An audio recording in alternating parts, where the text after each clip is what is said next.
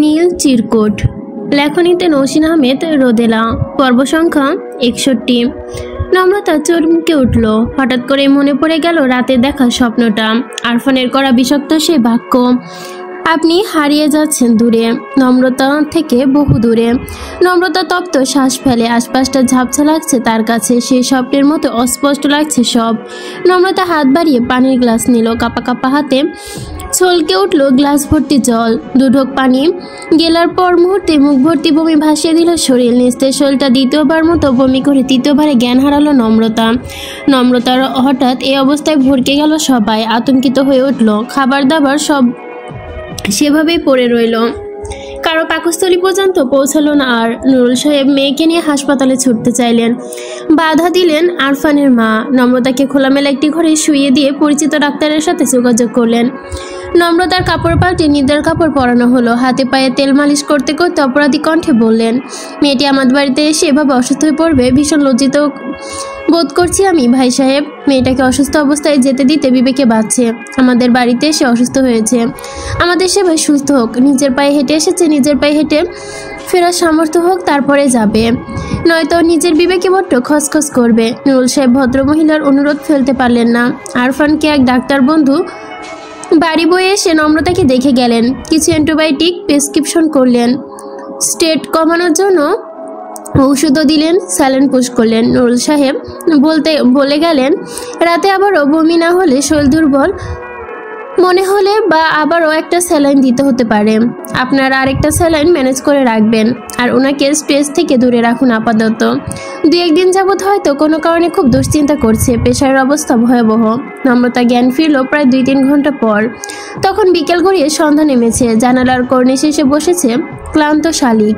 নম্রতার জ্ঞান ফেরা পর্যন্ত অপেক্ষা করছিলেন ডাক্তার। ডাক্তার জ্ঞান ফিরতে দ্রুত একটি ইঞ্জেকশন পুশ করে। নম্রতা ঝাপসা চোখে বাবা বোনের মুখের দিকে তাকায়। গোলা মস্তিষ্ক বার কয়েক কি আরফানকে খুঁজলো, হয়তো খুঁজলো, হয়তো না। মিনিট 5-এর মধ্যে ধীরে ধীরে তলিয়ে গেল অন্ধকার ঘুমের রাজ্যে। ঘুমিয়ে যাওয়ার আগ মুহূর্তে খুব মৃদু শব্দ ভেসে এলো কানে। নম্রতার মনে হলো এই যেন অন্য কোনো পৃথিবীর শব্দ। কত দূর, বহুদূর পথ অতিক্রম করে শান্ত, ক্লান্ত, অবিশ্রান্ত নম্রতার মতোই নিদ্রাগত।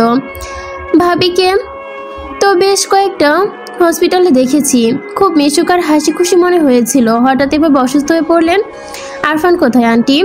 আরফানের মা ভারী নিঃশ্বাস ফেলল, কপাল কুঁচকেন এলো। চিন্তায় থমথম খেয়ে গেল সে। তার সুন্দর মুখশ্রী, এক ছেলেকে হারানোর পর অপর ছেলেকে নিয়ে বড় ভয় তার। ঠিক এমন বয়সে এসে হারিয়ে গেল তার বড় ছেলে। বাড়িতে সেদিন আত্মীয় স্বজনের মেলা। স্নিগ্ধা বাড়ি থেকে আত্মীয় স্বজন এসেছে বিয়ের তারিখ ঠিক করার জন্য। উদ্দেশ্য এমন সময় আইসক্রিমের জন্য বায়না করে নিদ্রা। সে সময় বিশাল এক টেডি বিয়ার বোনকে শান্ত করতে হাসি মুখে বেরিয়ে গেল নিহাল। সেই যে গেল আর ফিরে এলো না। সেই হাসি মুখে আর দেখতে পেল না তার মা। ভদ্রমহিলার ভেতরটা হু করে উঠল। ভয়ার্ত চোখে নম্রতার মুখোমুখি দিকে তাকালো। সেদিক থেকে ঠিক একটা বিছানায় অবচেতন হয়ে পড়েছিল স্নিগ্ধা, নম্রতার মতোই। একই দৃশ্য, একই উৎকণ্ঠা। তার ভেতরটা যেন কেমন করছে। সূর্যের আলো নরম হয়ে এলো। গোধূলি হানা দিল দরজায়। কানে দেখা দিল আলোর উচ্ছ্বাসিত হল। চারদিকে তখন সিরাজগঞ্জ গিয়ে পৌঁছালো আরফান। ঘড়িতে তখন 3:30 কি 4টা বাজে। আরফান ক্লান্ত চোখে চারপাশটা দেখলো। বাস স্ট্যান্ডের পাশে এক চায়ের দোকান। 1 কাপ চা খেয়ে আবারও রাস্তায় নামলো। বাস স্ট্যান্ডে এক লোককে ডেকে জিজ্ঞেস করলো, ভাই এখান থেকে কামারখন্দ কত দূর? লোকটি আরফানকে আগাগোড়া দেখে নিয়ে বলল, কামারখন্দ কই চাইবেন? কামারখন্দ উপজেলার স্বাস্থ্য কমপ্লেক্সে যাব, এখান থেকে যাওয়ার উপায় কি? লোকটি বাধ্যগতভাবে বাস কন্ডাক্টর আরফানের সাথে কথা বলতে বলতে একটা চলন্ত বাসে লাফিয়ে উঠে বলল, এখান থেকে 35 মিনিট কি 40 মিনিট লাগবো কামারখন্দ যাইতে। সিএনজি বা অটো ধইরা চইলা যান, মোড়েই সিএনজি পাবেন। আরফান দীর্ঘশ্বাস ফেলে মোড়ে গিয়ে সিএনজি ধরে সিএনজিতে উঠে পেটটা যেন মোচড় দিয়ে ওঠে ক্ষুধায়। হুট করে মনে পড়ে গেল সারাদিন খাওয়া হয়নি তার। হাসপাতাল থেকে 11টার দিকে বেরিয়ে শাহবাগ গ্রন্থাগারে গিয়েছিল আরফান। 2 ঘন্টা সময় নিয়ে দোতলা সেই পরিচিত তাকে প্রতিটি বই নিখুঁতভাবে পর্যবেক্ষণ করে, খুঁতে খুঁতে দেখে। গ্রন্থাগার থেকে বেরিয়েই সিরাজগঞ্জের বাস ধরে আরফান। এই দীর্ঘ দিনটি খাওয়ার কথা একেবারে মনে পড়েনি তার।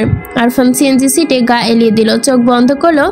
মাথাটা ধকধক করছে, চোখে ব্যথা। এই মুহূর্তে চশমাটা খুব প্রয়োজন। আরফানের মনে পড়লো চশমাটা চেম্বারে ফেলে এসেছে, সেই সাথে ফেলে এসেছে মোবাইল ফোন। প্রায় 40 মিনিটের মাথায় খামারদণ্ড গিয়ে পৌঁছালো আরফান। সেখান থেকে অটোরিকশায় কামারখন্দ উপজেলা কমপ্লেক্স। আরফান যখন স্বাস্থ্য কমপ্লেক্সে পৌঁছায় তখন সন্ধ্যা, বন্ধ হয়ে যাচ্ছে কমপ্লেক্সটি। এমন সময় সুন্দর মতো একটি ছেলে মুবিন নামের একজনের খোঁজ করতে কৌতূহল করে তাকালো। গায়ে গাতরে শহুরে মানবটিকে পরখ করে নিল সে। এগিয়ে এলো একজন, সন্দেহীন কণ্ঠে বলল, ডাক্তার মুহিবকে দিয়ে কি কাজ? ডাক্তার দেখাবেন? আরফান গম্ভীর কণ্ঠে বলে, না, মুহিব আমার পরিচিত, ওকে গিয়ে বলুন ডক্টর আরফান দেখা করতে এসেছে, আমাকে চিনবে। লোকটি দৃষ্টি এবার সরু হলো। আরফান সাধারণ কেউ নয় তা বুঝতে পারে সে। মুবিনকে ডাকতে পাঠালো। আরফানের নাম শুনে ঠিক চিনতে না পারলেও আরফানকে দেখে হতভম্ব হয়ে গেল মুবিন। ভীষণ বিষময়ে হা হয়ে গেল তার মুখ। হতভম্ব ভাব কেটে যেতেই দৌড়ে এসে জাপটে ধরল তাকে। উচ্ছ্বাসিত কণ্ঠে বলল, আরফান ভাই, আপনি এখানে? দেশে ফিরেছেন কবে? আরফান উঠে দাঁড়ালো, শুকনো হেসে বলল, সে অনেক দিন, প্রায় 1 বছর হয়ে যাচ্ছে। রাদিনের কাছে শুনলাম তুই এই স্বাস্থ্য কমপ্লেক্সে আছিস।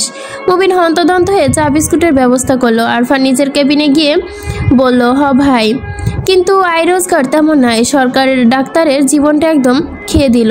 কষ্ট করে বিসিএস পাশ করে কি লাভই হইল? এমন প্রত্যন্ত অঞ্চলে পোস্টিং করে দিল যে জীবন শেষ। কিন্তু আপনি হঠাৎ কি মনে করে?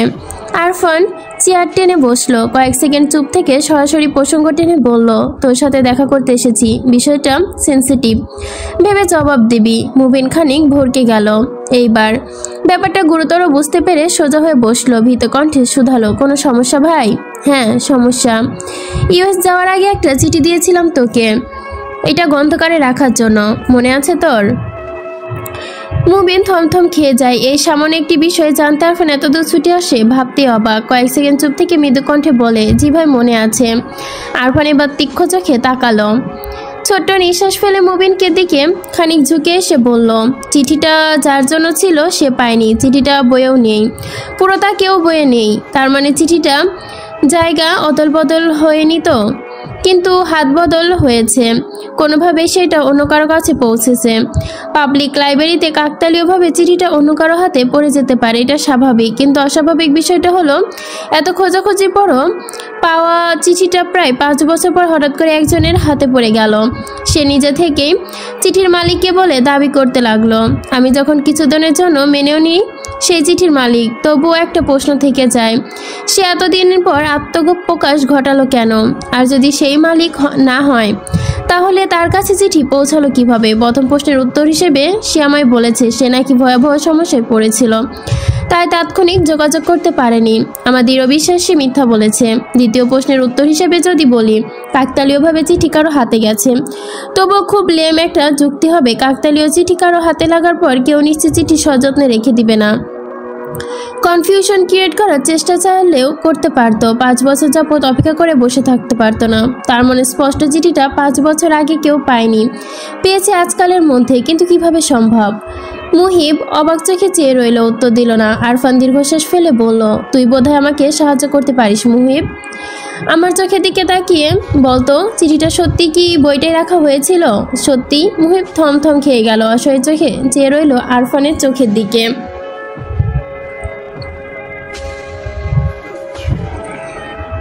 কাকের কর্কশ ডাকে ঘুম ভেঙে গেল নম্রতা। দক্ষিণের জানালায় বসে কাকটি কৌতূহলী স্বরে ডাকছে। নম্রতা চোখ মেলে চারপাশ দেখল, অপরিচিত ঘর, অপরিচিত বিছানা। শরীরটা দুর্বল লাগছে। নম্রতা ধীরে সুস্থে বিছানা থেকে নামলো।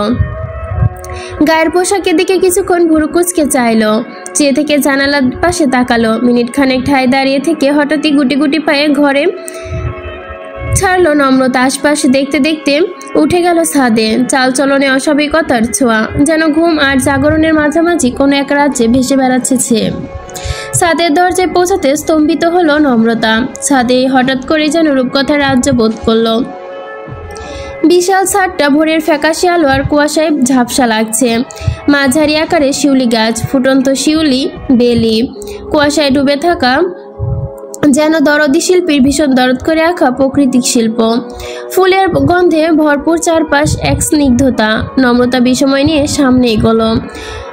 ঘরের সামনে 2-3 হাত বিস্তার শিউলি গাছে চাদরে ঢাকা। নম্রতা কৌতূহল নিয়ে বারান্দার সামনে গিয়ে দাঁড়ালো। বারান্দার এক কোণে এক দোলনা, দোলনার পাশে ঝুলছে ভীষণ সুন্দর এক হারিকেন। পশ্চিমের দেওয়ালে নকশা করে বেতের বক্স, তাতে গুটি গুটি অক্ষর লেখা ডাক পিয়ন।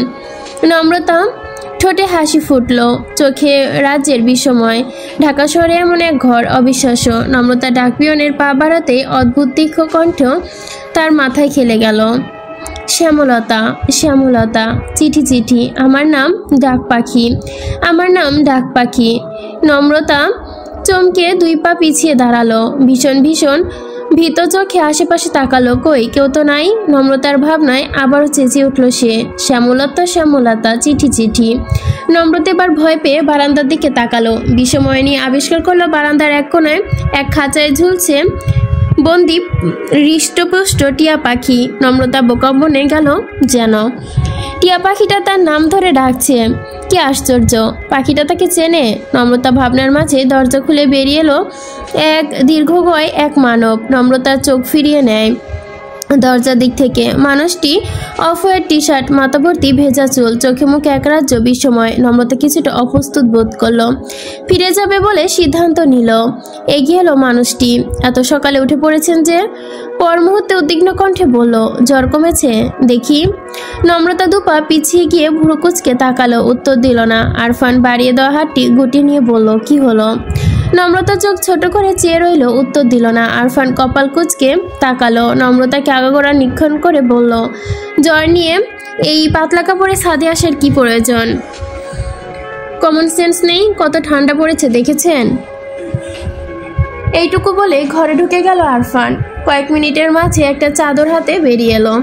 আবারও চাদরটা নিয়ে নম্রতার দিকে এগোতেই ছিটকে সরে গেল নম্রতা। ধমক দিয়ে বলল, খবরদার আমার দ্বারে কাছে আসবে না, বেয়াদব পুরুষ আপনি। আপনার মনের খবর আমি খুব ভালো করেই জানি। আরফান থমকে দাঁড়ালো, আবারও চোখে চেয়ে রইল। নিজেকে ধাতস্থ করে মৃদু কণ্ঠে হাসলো। আচ্ছা তো কি জানেন? আপনি যে আমায় পটিয়ে ফটিয়ে নিজের জীবন থেকে আউট করতে চান, আমি তা খুব ভালো করেই জানি। দেখুন ডাক্তার, এত নাটক ফটকের দরকার নেই। আমার প্রতি এত মায়া দেখানোরও প্রয়োজন নেই। আমি এমনিতেই আপনাকে বিয়ে করব না। আপনার যা কি ইচ্ছে বিয়ে করতে পারেন, আমার কোনো আপত্তি নেই। আমি বাবাকে আমার সিদ্ধান্ত জানিয়ে দিব। আপনি চাইলে আপনার মাকেও জানিয়ে দিতে পারি। নাও চয়েস ইজ ইয়োর্স। নম্রতার কথায় যেন আকাশ থেকে পড়লো আরফান। আকাশম বিস্ময় নিয়ে বলল, কি বলছেন? কেন বলছেন? দুপুরে আসেনি বলে এত রাগ? নম্রতা চোখ রাঙিয়ে তাকালো, দাঁতে দাঁত চেপে বলল, আপনি দুপুরে আসেননি বা বিকালে আসুন বা মধ্যরাতে আসুন বা ফোন আলাপে ব্যস্ত থাকুন, কোনো কিছুতে আমার বিন্দুমাত্র মাথা ব্যথা নেই। আমি আপনাকে বিয়ে করব না মানে করব না। আরফান হাসলো। নম্রতাকে জোর করে টেনে নিল কাছে। নম্রতা হাত ছাড়ানোর জন্য প্রাণপণ চেষ্টা করেও লাভ বিশেষ হলো না। আরফান নম্রতাকে শক্ত করে চেপে ধরে চাদর গায়ে জড়িয়ে দিল। নম্রতাকে ধাক্কাধাক্কি করতে দেখে হাতের বাঁধন শক্ত করে বলল, আহা লাফাচ্ছেন কেন? বিয়ে করবেন না বললেই হলো। বিয়ে না করলে জড়িয়ে ধরা যাবে না? আপনার যদি বিয়ে করতে ইচ্ছে না হয় তাহলে করব না। জড়াজড়ি করছে কে? বিয়ে তো সবাই করে। আমরা বরং লিভিং রিলেশনশিপ কন্টিনিউ করব। বাইরে দেশে সব কমন ব্যাপার। নম্রতা ধাক্কাধাক্কি থামে চোখে তাকালো। পর মুহূর্তের আগে ফুঁসে উঠল। আরফান থেকে দূরে সরার চেষ্টা করলো। আপনি খুব জঘন্য একটি মানুষ। কি মনে করেন আমাকে আমি খুব সস্তা? মাঝরাতে অন্যের ফোলাপে ব্যস্ত থাকবেন। আর আমি বেঁচে আছি না মরে গেছি তার বিন্দুমাত্র মাথা ব্যথা আপনার থাকবে না। আর এখন এসেছেন দরদ দেখাতে? কখনোই ডিজার্ভ করেন না আপনি একজন ভালো মানুষকে। ছাড়ুন। কথাগুলো বলতে বলতে কেঁদে ফেলল নম্রতা। আরফান আহত চোখে তাকালো। রাগারাগি না করে কয়েক সেকেন্ড চুপ রইল। মৃদু কণ্ঠে বলল, আপনাকে অবহেলা করা আমার পক্ষে অসম্ভব। আপনার বিশ্বাস হয় নম্রতা? নম্রতার আগে ফুসতে ফুসতে অন্যদিকে চেয়ে রইল। উত্তর দিল না। আরফান দীর্ঘশ্বাস ফেলে বলল, আপনি কি এখন আমাকে বিশ্বাস করতে পারছেন না? আমি যে এমনই তা আপনিও জানেন নম্রতা। বারবার ফোনে কথা বলার চেয়ে আপনাকে অনুভব করতেই বেশি পছন্দ করি আমি। যখন আমাদের মাঝে চিঠি দেওয়া নেওয়া হয়েছিল তখন কি আমি এমন ছিলাম না? নম্রতা কিছুক্ষণ চুপ থেকে রূঢ় কণ্ঠে বলে, তাই বলে কখনো অবহেলা করতেন না। 1 সপ্তাহ পরই যখন চিঠি লিখেছেন আমার মনে হতো আপনার সবটা জুড়ে আমি, কিন্তু এখন তেমনটা হয় না।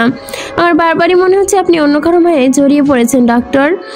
এখন যদি হয় এমন কিছু, তবে আমায় সরাসরি বলুন, আমি আপনার পথের বাধা হব না। আরফানের মেজাজ বিগড়ে গেল।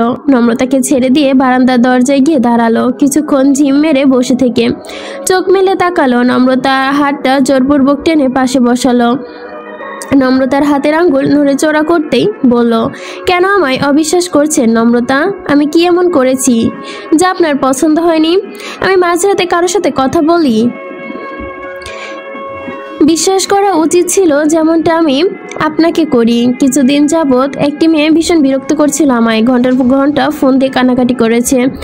তারপর হঠাৎই এই দিক সেদিক শ্যামলতা বলে দাবি করে বসলো। নম্রতা অবাক চোখে তাকালো। আরফান অসহায় কণ্ঠে বলল, আপনি চাইলে আমার কল লিস্টে চেক করতে পারেন, আমি কখনো ফোন দিইনি তাকে।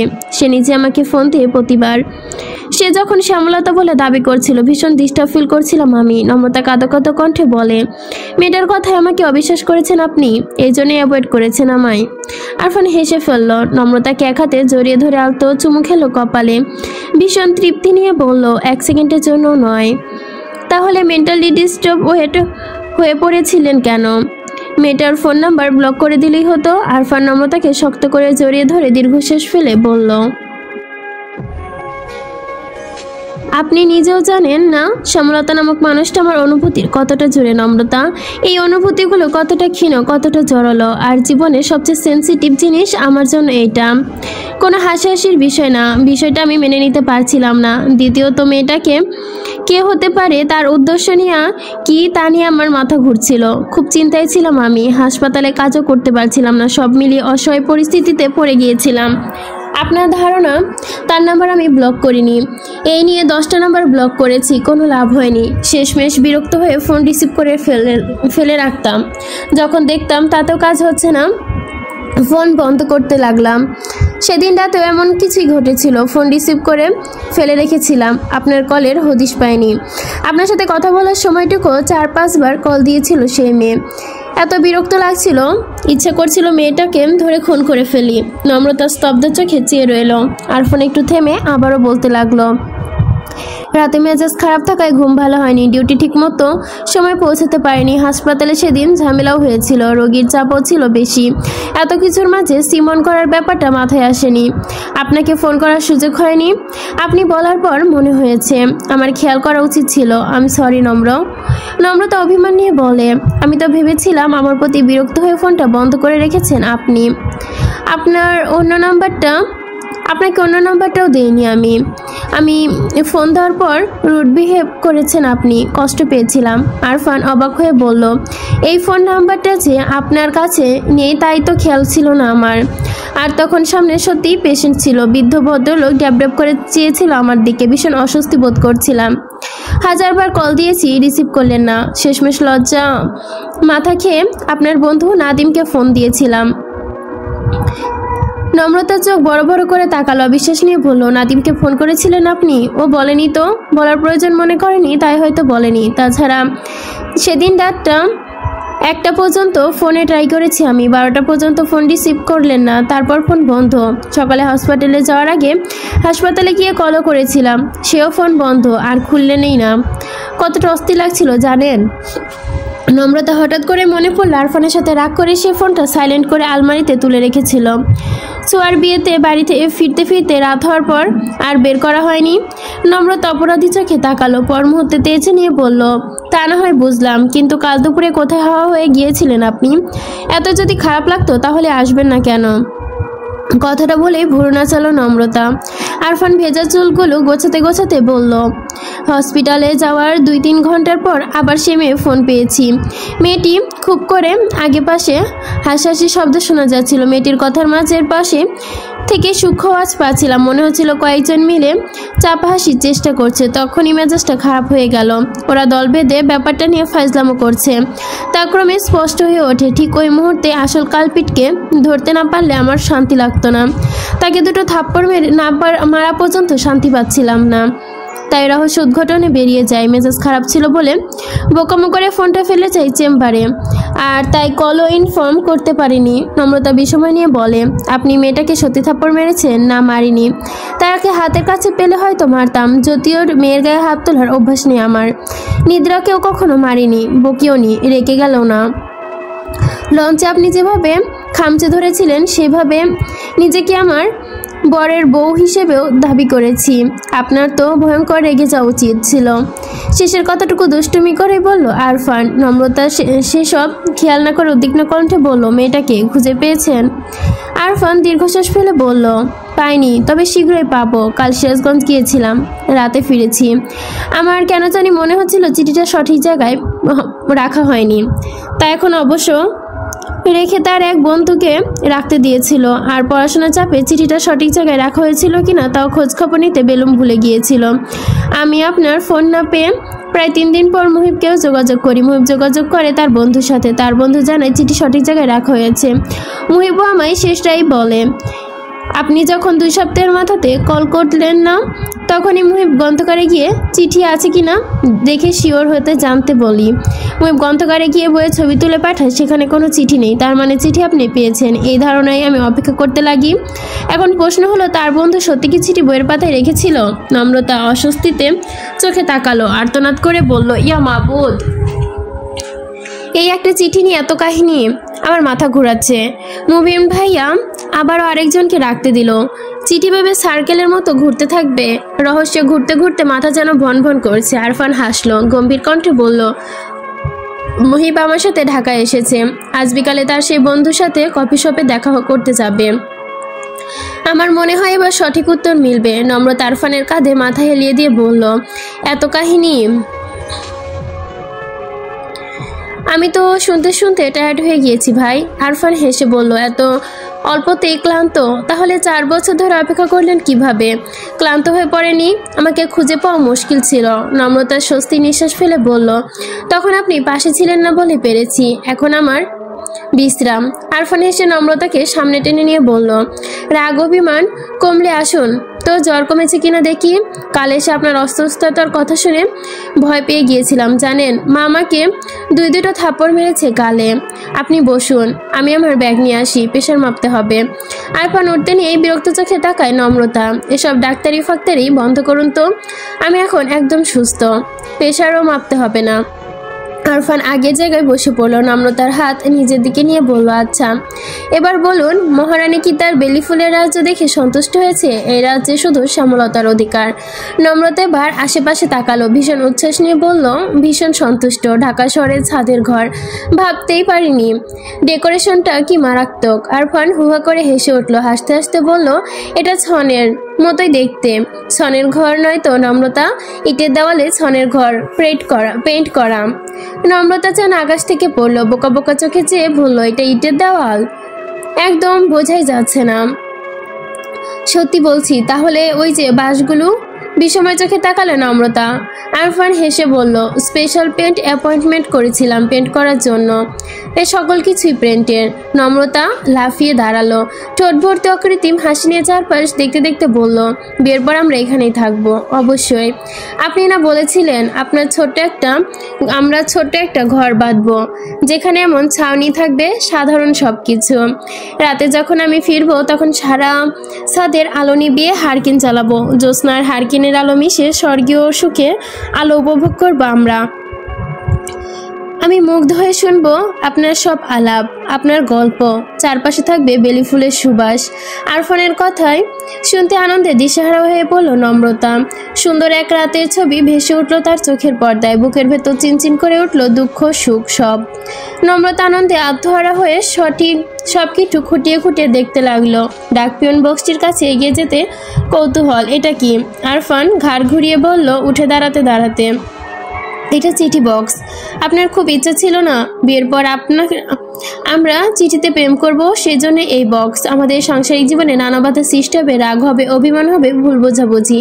সেই রাগ অভিমান মন খারাপ আমরা চিঠির বক্সে ফেলে রাখবো, আর একজন অন্যজন দেখে তা মানিয়ে নিব। আরফানের দিকে চেয়ে তার কথাগুলো শুনতে শুনতে চোখে দিয়ে জল গড়িয়ে পড়ল নম্রতার। চিৎকার করে বলতে ইচ্ছে করলো, আমার এত সুখ কেন? আমার মানুষটা তো পাগল কেন, এত ভয়ঙ্কর প্রেমিক কেন? নম্রতা কাঁদতে কাঁদতেই হাসলো আরফান। ধীর পায়ে নম্রতার পাশে গিয়ে দাঁড়ালো। নম্রতার পেছন থেকে জড়িয়ে ধরে কাঁধে থুতনি রাখলো। কানের লতি দিয়ে ফিসফিস করে বলল, এখন কাঁদছেন? আপনাকে আরও অনেক অনেক কাঁদানো বাকি শ্যামলতা। আমি আপনাকে কাঁদিয়ে কাঁদিয়ে ভালোবাসবো। এবং ডাক পিয়নটা খুলুন, কিছু আছে নিশ্চয়ই। আনন্দ উত্তেজনায় থরথর করে কাঁপতে লাগলো নম্রতা। কাপা হাতে চিঠির বক্সের দিকে হাত বাড়াতে ক্ষীণ কণ্ঠে বলে উঠল, শ্যামলতা শ্যামলতা, চিঠি চিঠি। আরফান হেসে ফেলে বলল, ওর নাম ডাক পাখি। আপনার চিঠি কথা মনে পড়ে দেওয়ার দায়িত্ব ওর। নম্রতার চোখ থেকে টপ টপ করে পানি পড়ল। নম্রতা নাক টেনে চিঠির বক্স থেকে নীলখামে মোড়ানো চিঠি উদ্ধার করলো। চিঠিটা মেলে ধরতে দুহাতে কোমর জড়িয়ে রেখে খোলা কাঁধে মুখ ডোবালো আরফান। নম্রতা কেঁপে উঠল। দূর দূর বুকে দীর্ঘশ্বাস নিয়ে গুটি গুটি অক্ষর, এই যে শ্যামলতা, আমার প্রিয়তমা, আমার মিষ্টি কিছু অনুভূতি, আমার শূন্য ঘরের জ্যোতি। কোনো এক কাক ডাকা ভোরে হঠাৎ উপলব্ধি করেছিলাম আমার প্রতি আপনার জীবন মরণ বেধি। তাকে ছাড়া শ্বাসকষ্ট, তাকে নিতেই শ্বাসকষ্ট, তার প্রতি আমার ভাবনায় ভয়ঙ্কর শ্বাসকষ্ট। তখন ছোট একটি মেয়ে ছিল সে, বুলবুলি বাচ্চাটির মতোই চঞ্চল আদরে। কত অদ্ভুত যুক্তি তার, কত অদ্ভুত তার স্বপ্ন। আমি তখন টকবগে যুবক, ভীষণ পড়ুক ছাত্র, হাসপাতালের ইন্টার্নি ডক্টর, কেরিয়ারের প্রতি ভীষণ ফোকাসড, প্রেম ভালোবাসা দু চোখের বিষ। এমন এক ধারাবাধা নিয়ম মাফিক জীবনে কেমন করে জানি দুষ্টুমিতে পড়ে গেলাম তার। আমি আটকে গেলাম। সেই খিলখিলিয়ে করে হাসি উঠল। আমি তাকে অবহেলা করতে গেলাম। সে টলমলে অভিমান চোখে চাইল। ব্যাস, আমার আজন্ম শ্বাস বন্ধ হয়ে রইল সেখানে। আমি হারিয়ে গেলাম। আর এই বাধা ধরা জীবন থেকে ছোট্ট মেয়েটার দিকে নিজের করে দিলাম। স্বস্তি মিললাম তার পাশে। ছোট্ট শ্যামলতা চিঠির ভাঁজে কোথার তোরে অস্থির পাখির শ্বাস মরিয়ে গেল শেষ পর্যন্ত। আহা, কি অকাল মৃত্যু তার। ডাক্তারের ডাক্তারি উবড়ে গেল। প্রেসক্রিপশনের পাতায় ওষুধের নাম মিলিয়ে গুটি গুটি অক্ষরে লিখতে লাগলো তার নাম। শ্যামলতা বিষের কণ্ঠে ডুবে বিষময় স্বেচ্ছায় মৃত্যু। তারপর একদিন হঠাৎ হারিয়ে ফেললাম তাকে। আমার শ্বাসকষ্ট বেড়ে গেল। পাগল হয়ে উঠলাম, ছটফট করে উঠলাম। বুকের ভেতরটা যেন ব্যথায় টনটন করছিল। টলমল অভিমানী চাহনি। স্বস্তির হলাম না, ক্লান্ত হলাম। আমার শ্বাসকষ্টের মাত্রা সেদিন সহ্য করতে পারলাম না। আমি ভেসে গেলাম। তাকে কাছে পেতে বুক শুকিয়ে আসতে লাগলো।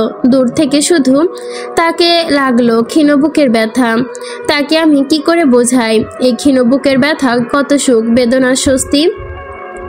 আজ বলতে দ্বিধা নেই, আমি পাগল প্রেমিক। তবে তার রূপ নয়, তার অভিমান নয়, তার শরীর নয়, আমি তার শরীরের মসৃণ বাঁক নয়, তার বাম পায়ের স্বর্গীয় তিলের প্রেমিক। তার ঠোঁটে রং লাগানো কপালের টিপে তার পরোটাই আমার প্রিয়।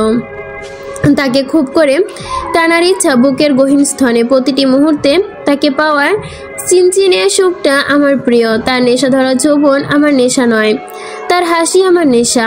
তাকে প্রকাশ্য শতবার ভালোবাসি বলা চেয়ে চুপি চুপি নিরস্ত্র বিরিশ্রম ভালোবেসে যাওয়াটাই আমার যেন স্বর্গের সুখ। তার কাজল ডাঙা চোখ দুটো আমার মৃত্যু ও প্রিয়।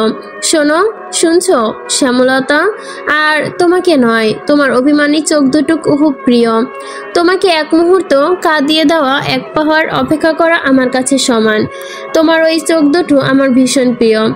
একা একা সুখ দেওয়ার জন্য আমার ভীষণ প্রিয়। ইতি তোমার সে।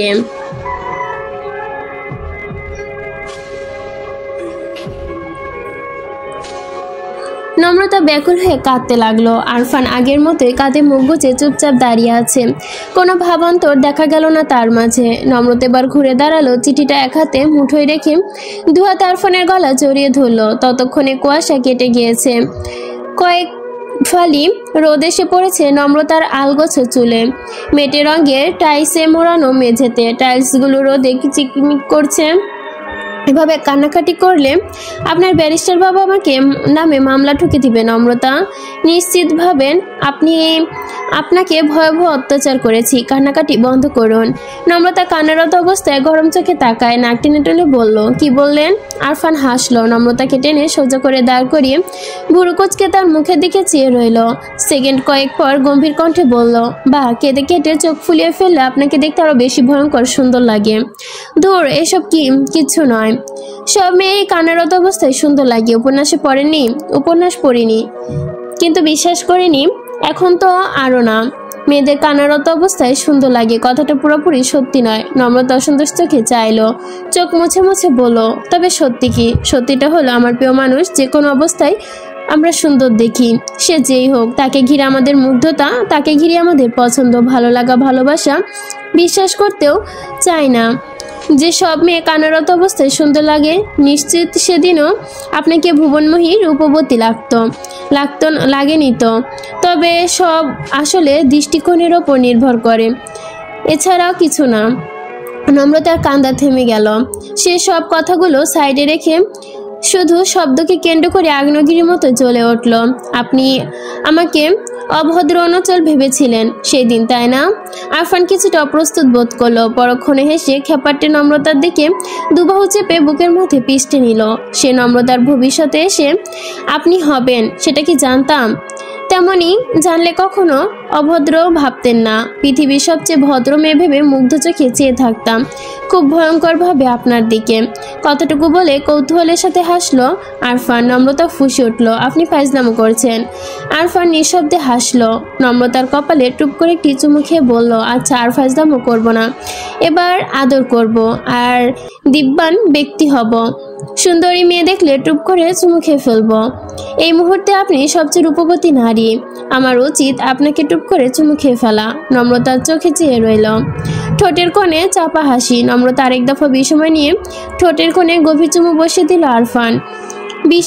ভীষণ ব্যক্তিত্ব সম্পন্ন মানুষের এ কেমন দুর্দশা ভাবতে পারল না নম্রতা।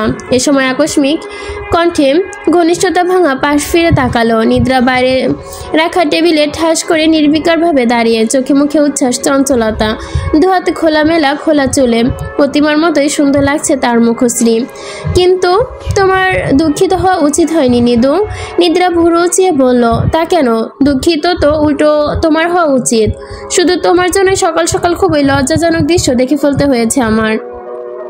নিদ্রা চোখে মুখে লজ্জা লেপ্টে আছে, মোমের মতো ফর্সা মুখ ভর্তি হাসি নিরস্রর। আমি ছোড়াছড়িকে খুঁজতে এসেছিলাম, ভাবিনি ছোড়াছড়ি স্নিগ্ধতার মাঝে হারিয়ে গেছে। আরফান জবাব খুঁজে পেল না, মৃদু হাসলো শুধু। তোমার আর নিষ্প্রভের বিয়ের কথা চলছে শুভ্রতা, তোমাকে নিয়ে। তোমার কি আমাদের ছেলেকে পছন্দ হয়েছে? নম্রতা চোখ তুলে তাকালো, ফট করে বলে ফেললো, ভীষণ। মেয়ের নির্লজ্জতার হতভোগ হলো মেহরুমা। স্বামীর দিকে অগ্নিদৃষ্টে তাকালো, যার অর্থ, দেখছো মেয়েটা মাথা তুলে কিরকম নির্লজ্জ বানিয়ে ফেলেছ। নুরুল সাহেবের দৃষ্টি উপেক্ষা করলো, খাওয়া দাওয়ায় মনোযোগী হলো। আরফানের ঠোঁট তখন লজ্জামাখা মৃদু হাসি। মা আরফানের দিকে চেয়ে কৌতূহলী কণ্ঠে বলল, কিরে মেয়েটাকে পছন্দ হয়? আর আমার নিদ্রার তো খুব পছন্দ, বিয়ে করবি তাকে? আরফান মাথা নিচু করে হেসে ফেললো, জবাব দিল না। মেহরুমা মনে মনে হাই হাই করে উঠলেন, পুরুষ মানুষ হয়ে ছেলেটা কি লাজুক, ভদ্র, আর তার মেয়েটা ইয়া মাবুদ, কি এক মেয়ে দিয়েছে তাকে। শাহবাগের পার্কের একটি বেঞ্চেতে পা ঝুলিয়ে বসে আছে নাদিম। গায়ে ঢিলে ঢালা টি শার্ট, পিঠে ঝুলন্ত গিটার, বাম হাতে বাদামের কৌটা। নাদিমের অগোছালো চুলগুলো গোছাতে গোছাতে হাই তুলল। আশেপাশে বৃদ্ধা চাচা যুবতীদের ভিড়, বেশ কিছু প্রেমিক যুগল চোখে পড়ার মতো। নাদিম কৌতূহলী চোখে রাস্তার পাশে তাকিয়ে আছে। লাল টকটকে শাড়ি পরা মেয়েটার খেপে আছে প্রায় ঘন্টাখানেক। নিরীহ প্রেমিক অসহায় মুখে রাগ ভাঙানোর চেষ্টা করছে। বাদামের খোসা ছাড়াতে ছাড়াতে বিরক্ত ভঙ্গিতে বাদাম মুখে দিল নাদিম। নাদিমের কোনো ব্যস্ততা নেই। প্রেমিকের রাগ ভাঙানোর ঘটনা আরও ঘন্টাখানেক দেখা যেতে পারে। তারপর ঘন্টা, মিনিট, সেকেন্ড হিসেব করে তাদের চমকে দেওয়া যেতে পারে।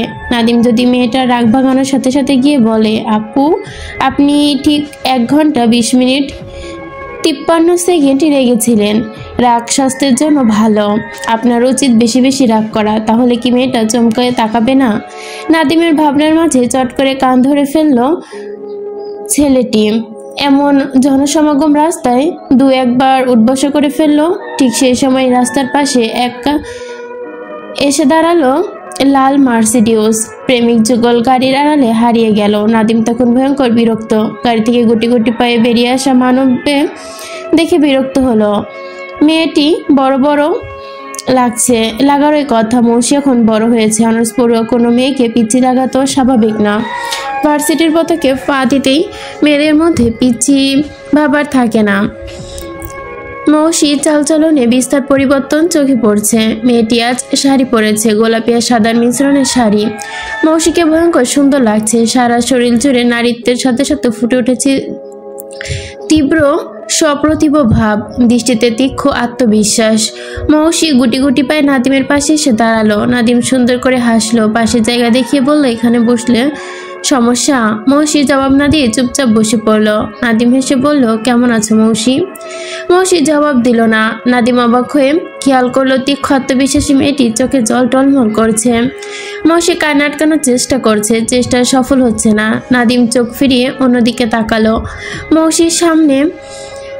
মৌসিকে সামনে নেওয়ার সুযোগ দিল। শুনলাম জাহাঙ্গীরনগর ভর্তি হয়েছ, জিওলজি ভালো সাবজেক্ট,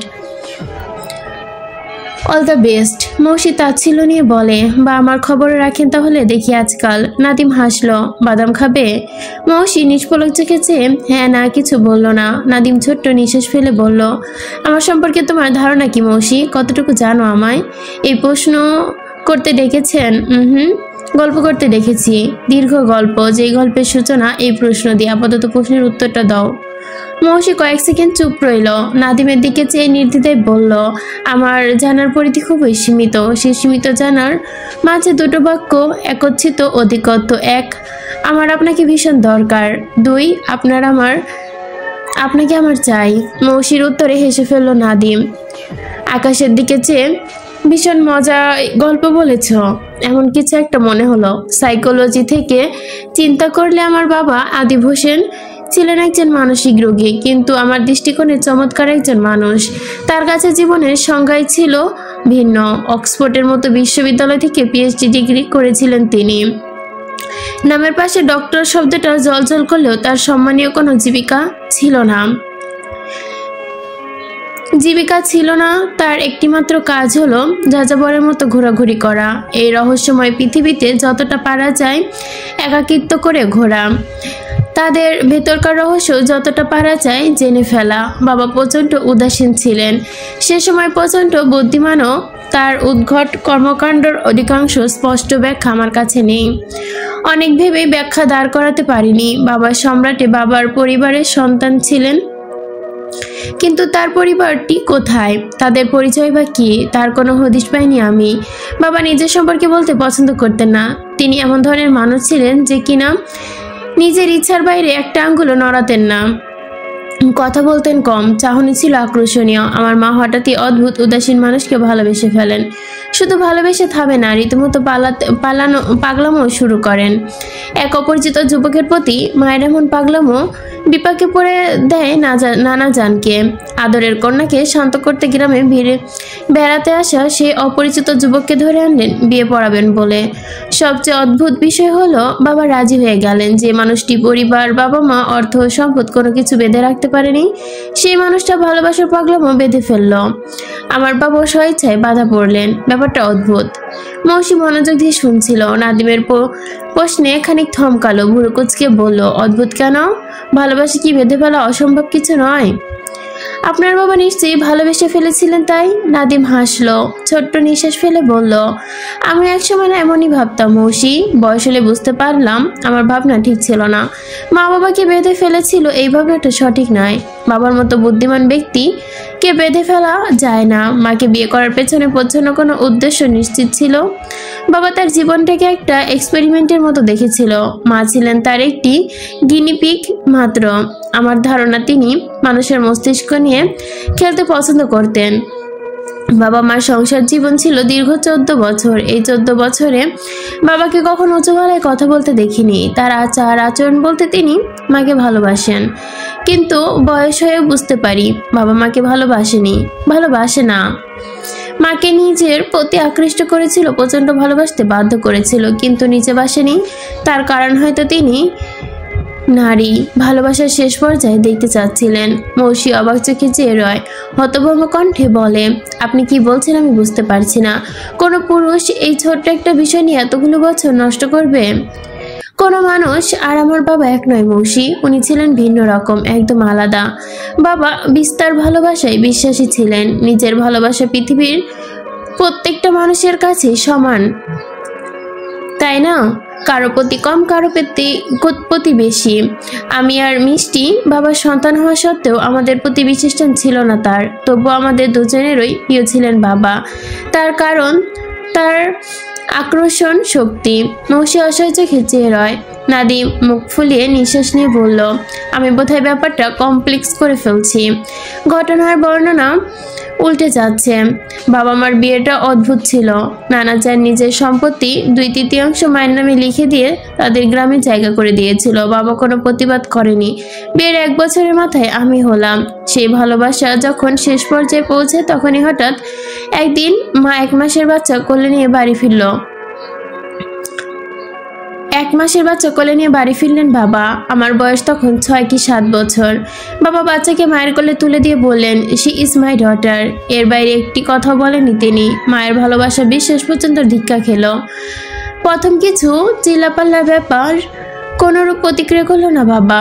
মিষ্টি অর্থাৎ আমার বাবার মেয়ে ঠিকঠাক দেখাশোনা করতে লাগলো। আর ঠিক 6 মাস কি 7 মাসের মাথায় তারপর ঠিক 6 থেকে 7 বছর পর কোন এক দুপুরবেলা গায়ে কেরোসিন ঢেলে আত্মহত্যা করলেন আমার মা। ফর্সা মা চোখের পলকে পড়ে রক্ত লাল হয়ে গেল।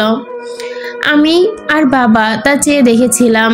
তার ঠিক 1 সপ্তাহ পর আমাকে আর মিষ্টিকে ফেলে হঠাৎ নিরুদ্দেশ হয়ে গেলেন বাবা। তাকে কাছে পেলে চোখের দিকে তাকিয়ে জিজ্ঞেস করতাম, সত্যি কি ভালোবেসেছিলে মাকে? কিন্তু সেই সুযোগ নেই। বাবা কোথায় আছে জানা নেই। বেঁচে আছে না মারা গেছে তাও জানি না। মৌসি কোনো কথা খুঁজে পেল না। নাদিমের কোনো কথাবার্তার মর্ম তো বুঝতে পারল না। মাথার ভেতর মেলো প্যাচ লেগে যাচ্ছে। মৌসির ঘোলাটে দৃষ্টি এই ব্যাপারটা আজ করতে পারলো। নাদিম ফুস করে নিঃশ্বাস ছাড়ে। তোমার মনে অনেকগুলো প্রশ্ন জেগেছে নিশ্চয়ই। প্রশ্নগুলো আমার মনেও জেগেছিল খুব। বড় হওয়ার সাথে সাথে সেই প্রশ্নগুলো জিয়ে রেখেছিলাম আমি। তার মাঝে স্পষ্ট কিছু উত্তর খুঁজে পেয়েছি, কিছু এখন অস্পষ্ট ঘোলাটে। বাবা মিষ্টি কেনার 1 সপ্তাহ পরে মায়ের অভিযোগ কমে গিয়েছিল। সংসার ঝামেলা তেমন হতো না। তবু মা আত্মহত্যা করলো কেন? মিষ্টি বাড়ি আনার উদ্দেশ্যই বা কি? মিষ্টি কি বাবার মেয়ে ছিল? আমার বোন ছিল? এমন অনেক প্রশ্নই মাথায় ঘুরে বেড়ায় আমার। তার কিছু উত্তর স্টেবল ছিল না। মানসিক ব্যাপারের আগে গায়ে আগুন দিয়ে আত্মহত্যা করেছে। আমাদের ধারণা ব্যাপারটি সঠিক নয়। বাবা ধীরে ধীরে মাকে মৃত্যুর দিকে ধাবিত করেছে, মাকে আত্মহত্যা করতে বাধ্য করেছে। আসপার্ম মার্ডার। মৌসি চমকে যায়। নাদিমকে বলল, বিয়ের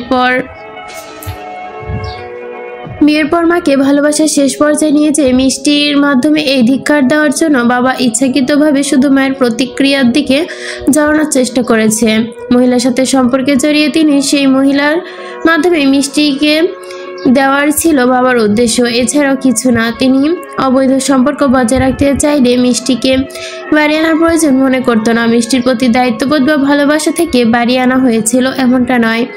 মিষ্টির প্রতি বাবার কোনো বিশেষ টান ছিল না। বাবার একমাত্র উদ্দেশ্য ছিল মাকে পর্যন্ত ধাক্কা দেওয়া এবং তার প্রতিক্রিয়া দেখা। মৌসি আর্তনাদ করে ওঠে, উনি কি পাগল? নাদিম হেসে ফেলল। তোমাকে তো প্রথমেই বললাম মৌসি, সাইকোলজির ভাষায় তিনি একজন মানসিক রোগী। মৌসি কথা খুঁজে পেল না। নাদিম ছোট্ট করে শ্বাস ফেলল। তোমাকে একটা ঘটনা বলি। তখন মিষ্টির বয়স 6 মাস বা 1 বছর। মা মিষ্টিকে ছুঁড়ে ফেলে পানিতে। মিষ্টি তরতর করে কাঁদছে। তার কপাল ফেটে রক্ত পড়ছে। বাবা বারান্দায় পুরো ব্যাপারটা দেখছে। আমি দৌড়ে গিয়ে মিষ্টিকে কোলে তুললাম। মা আশেপাশে সবকিছু ছুঁড়ে ফেললো। তারপর থেকে শুরু হলো মায়েরই হঠাৎ রেগে যাওয়া। মিষ্টি যতই বড় হতে লাগলো মায়ের সাথে সমস্যা ততই বাড়তে লাগলো। বাবার দিকে এটা ওটা ছুঁড়ে মারতো, তারপর হাউমাউ করে কাঁদতো। বাবা কোনো কালই কোনো প্রতিবাদ করেনি। তার দিকে চাইলে বোঝা যায় সে আদিব হোসেনের মেয়ে, অর্থাৎ আমার বোন মিষ্টি।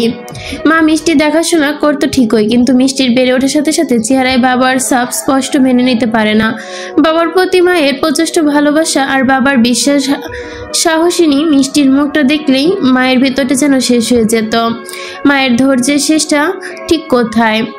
মানুষটি কতটা সহ্য করতে পারে, সহ্য শক্তির পরিমাণ কত? বাবার এমনই কিছু উত্তরের প্রয়োজন ছিল। শারীরিক দিক থেকে অত্যাচার করলেও না করলেও কি মানসিক অত্যাচার করতো বাবা প্রতিনিয়ত। নসি থমথম খেয়ে যায়, সে এক হাতে কপাল চেপে ধরে। আপনার মা ওনাকে ছেড়ে দেয়নি কেন? ওনার তো বাবার সাপোর্ট ছিল, তিনি চাইলে তাকে ছাড়তে পারতেন। তুমি হয়তো মায়ের ভালোবাসার তীব্রতা বুঝতে পারোনি মৌসি। আমি তোমাকে বলেছি মা বাবাকে প্রচন্ড ভালোবাসতো, আর এই সুযোগ এটি নিয়েছিল বাবা মাকে মানসিক টর্চার করার জন্য। মৌসি দু হাতে মুখ ঢেকে রইল। নাদিমের বলা কথা তার মস্তিষ্ক যেন এলোমেলোভাবে প্যাঁচ সৃষ্টি করছে। মস্তিষ্ক ফাঁকা হয়ে আসলো তার। পুরো ব্যাপারটা গুছিয়ে নিতে পারেনি মৌসি যেন খুবই দুঃখিত হলো। বাবার ঘটনা ভাবতে ভাবতে এলোমেলোভাবে পাড়ি দিল, যেন ধারাবাহিকতা হয়ে আসছে। তবে আমার বিশ্বাস তুমি আমার বাবার উদ্ভট মানসিক ব্যাপারটা বুঝতে পারছো না? মৌসি মাথা নাড়ল। নাদিম মৃদু কণ্ঠে বলল, গুড। একটু থেমে আবারও বলে, সবাই বলে, আমিও বিশ্বাস করি। আমি অনেক ক্ষেত্রে আমার বাবার মতো হয়েছি। বড় মামার মতে আমাদের কথাবার্তা, চালচলন, আচার চাহনি একই। বাবা হারিয়ে যাওয়ার আগে আমার মাঝে নিজের বীজ বুনে যাওয়ায় সামর্থ্য হয়েছে এই যে। নাদিম এইটুকু বলে থামে। আবার এই গল্পটা গুজিগাট মানুষ ছাড়া কেউ জানে না। যারা জানে তাদের কাছে গল্পটা বড়ই অস্পষ্ট, না জানারই মতো। এই অস্পষ্ট গল্পটা স্পর্শ করে তোমাকে প্রথম বলছি, কারণটা নিশ্চয় তুমি বুঝতে পারছো মৌসি। প্রাকৃতিক ঘটনার পুনরাবৃত্তি পছন্দ করে না, আমিও পছন্দ করি না। তুমি বুঝতে পারছো আমি কি বলছি? মৌসি তাকালো, ছলছল হয়ে উঠল তার দৃষ্টি। ফিসফিসের মতো বলল, স্টিল আমি আপনাকে চাইছি, পরিণতি সম্পর্ক জেনেই চাইছি। নাদিম হেসে ফেলল। মৌসির দিকে খানিকটা সরে গিয়ে বলল, বাবার প্রতি মায়ের ভালোবাসার তীব্রতা এখনো বুঝতে পারছো মৌসি? মৌসি চোখ থেকে জল গড়িয়ে পড়ে। পর মুহূর্তে সে ডুকরে ওঠে।